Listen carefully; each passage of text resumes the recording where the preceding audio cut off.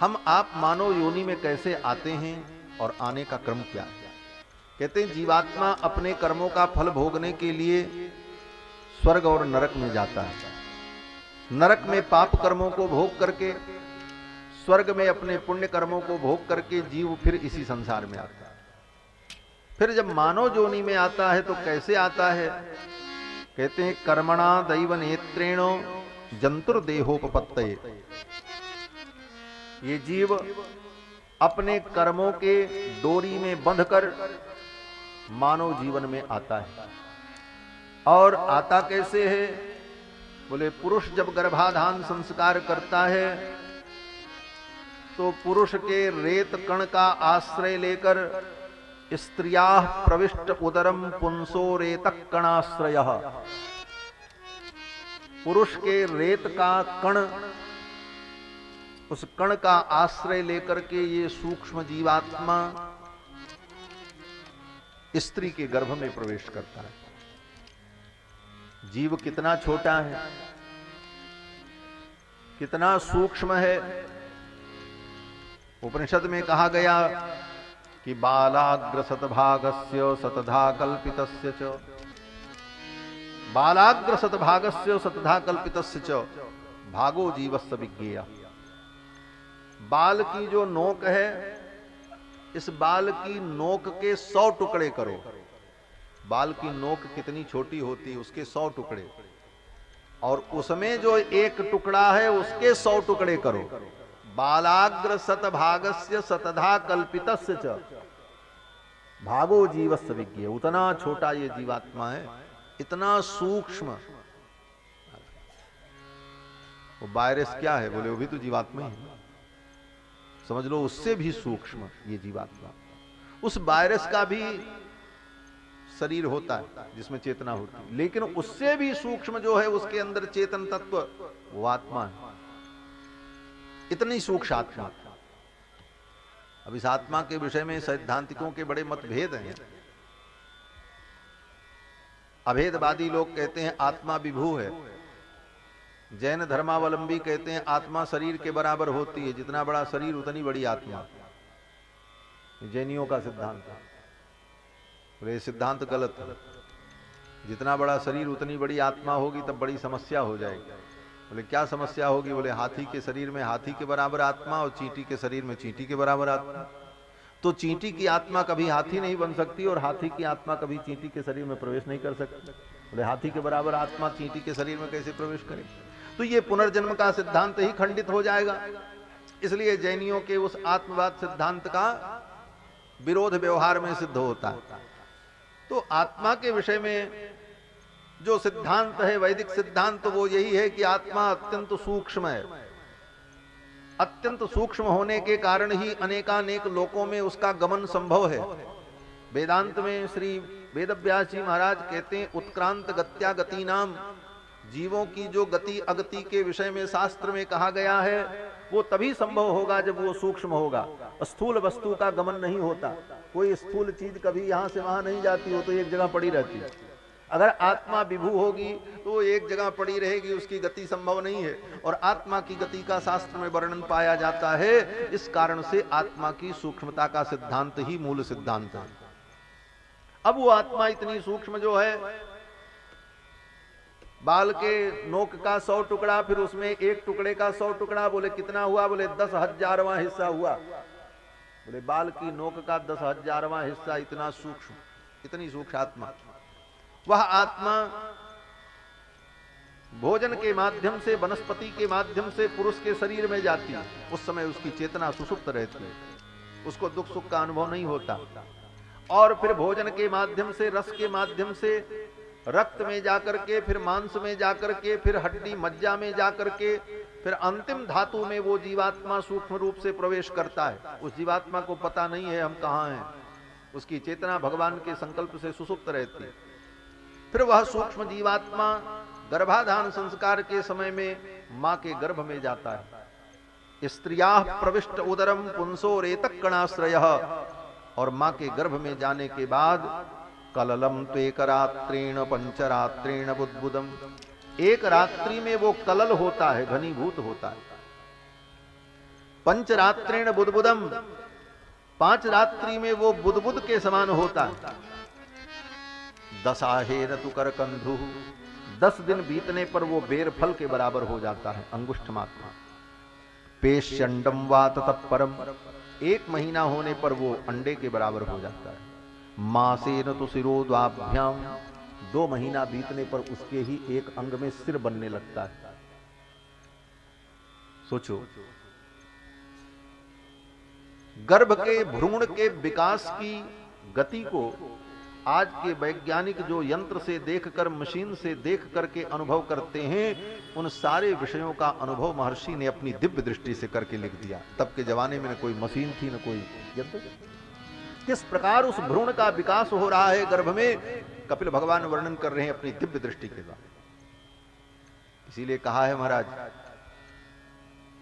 प्रत्यक्ष दिखने वाला सूर्य झूठा हो सकता है, प्रत्यक्ष दिखने वाला चंद्रमा झूठा हो सकता है, लेकिन शास्त्र की एक वाणी झूठी नहीं हो सकती, शास्त्र की एक पंक्ति झूठी नहीं हो सकती। महाराज ये महर्षियों के दिव्य ज्ञान का प्रसाद है, जिन्होंने अपनी दिव्य मेधा के द्वारा इसे प्रकट किया। कपिल भगवान वर्णन करते हैं, ये शास्त्र में इस तरह का दृढ़ विश्वास रहेगा तभी जीव का कल्याण होगा। शास्त्र की वाणी में विश्वास रखो, संसार में किसी का विश्वास मत करो। भगवान तो कहते मेरा भी मत करो, लेकिन शास्त्र का विश्वास करो। शास्त्र का विश्वास करोगे तो मेरे में भी विश्वास हो जाएगा, और शास्त्र में विश्वास नहीं होगा तो भगवान में भी विश्वास होगा। इसलिए भगवान से बढ़कर शास्त्र में विश्वास रखना। शास्त्र के बिना हम भगवान को भी नहीं जान सकते।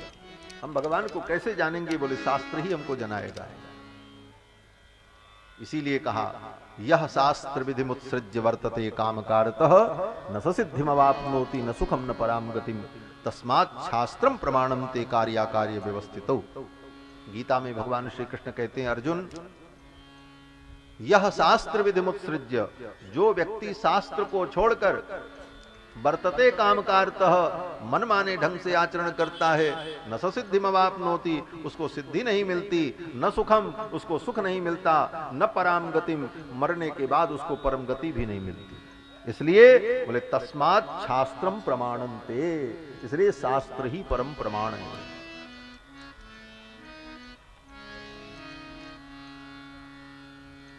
कपिल भगवान कहते हैं, मां मासेन तु शिरोद्वाभ्याम, दूसरे महीने में उसके अंदर सिर का निर्माण होने लगता है, और फिर धीरे धीरे नखलोमास्थ चर्माणि लिंग छिंद्रोद्भवत्रिभिः, तीसरे महीने में उसके भीतर का हिस्सा मजबूत बनकर के हड्डी बनने लगता है, और एक एक अंग का विकास होता है। चतुर्भिर्धातवः सप्त, चौथे महीने में उसके अंदर 7 धातुओं का निर्माण हो जाता है। यहां पर विज्ञान फेल हो चुका है। आज से लगभग 1 वर्ष पूर्व तक, 1.5-2 वर्ष पूर्व तक वैज्ञानिकों की ये थ्योरी थी कि मनुष्य के शरीर में 6 धातुएं तो गर्भ में ही निर्मित हो जाती हैं, 7वीं धातु का निर्माण 10 वर्ष की अवस्था के बाद शरीर में होता है। ये वैज्ञानिकों की थ्योरी थी अभी तक की, आज के 1.5 वर्ष पहले। लेकिन अब उनको भी मानना पड़ा है कि 7 धातुओं का निर्माण शरीर के अंदर हो जाता है, गर्भ में ही 7 धातुएं निर्मित हो जाती है। और वही कपिल भगवान यहां कह रहे हैं, आज नहीं कल शास्त्र की बात को सारी दुनिया को मानना पड़ेगा। कपिल भगवान यही कहते हैं, सप्तभिर चतुर्भिर धातव सप्त, चौथे महीने में ही उस शरीर के अंदर 7 धातुओं का निर्माण हो जाता है।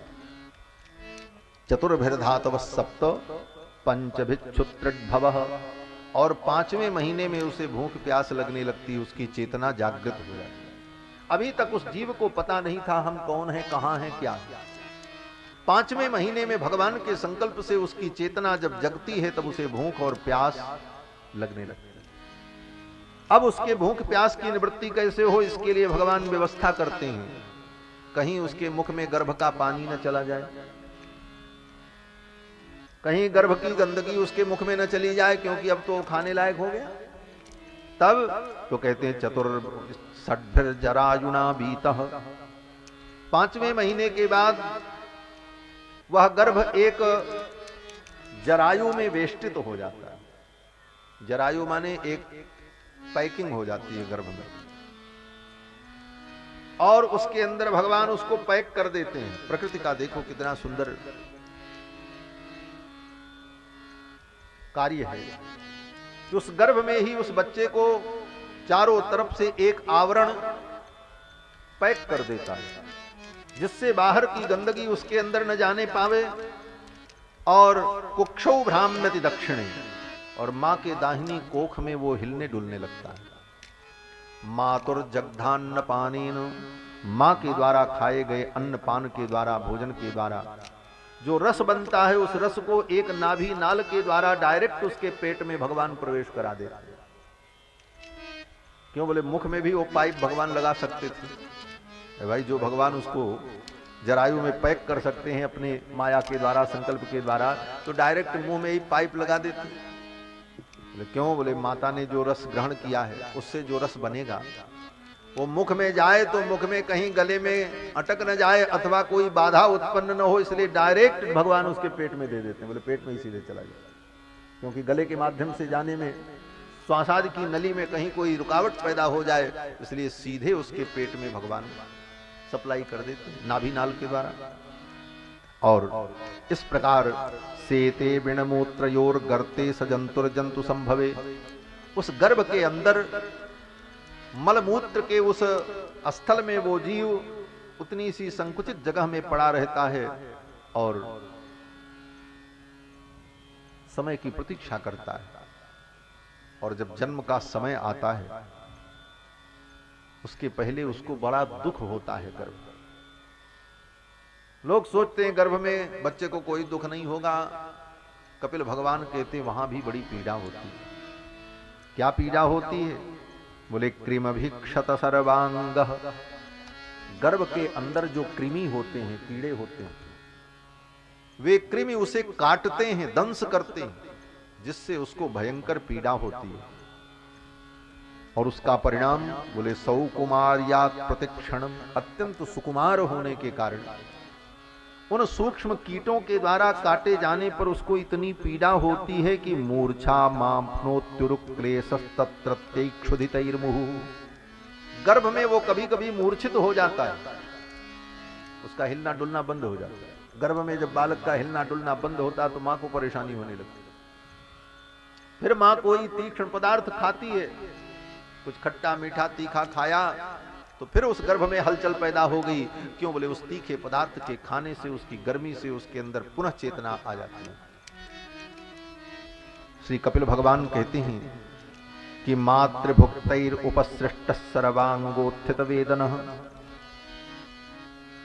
मां जब कोई तीक्ष्ण पदार्थ खाती है तो उस तीक्ष्ण पदार्थ से उस गर्भस्थ शिशु को जो पहले से पीड़ा हो रही थी कीट के काटने पर, वो गरम गरम पदार्थ खाने से उसको जब ऊष्मा लगती है तो फिर वो और तड़पने लगता है। लेकिन उसको व्यक्ति समझता है कि चलो गर्भ स्थिर हो गया था, हिलने लगा, लेकिन उस जीव को कितनी पीड़ा होती है। श्री कपिल भगवान कहते हैं कि उस गर्भ में सिर नीचे पैर ऊपर उल्टा पड़ा रहता है, सिर हेठ ऊपर चरण संकट बात नहीं पूछत को, कोई उसके संकट को दुख को पूछने वाला नहीं, कोई समझने वाला नहीं। जब 9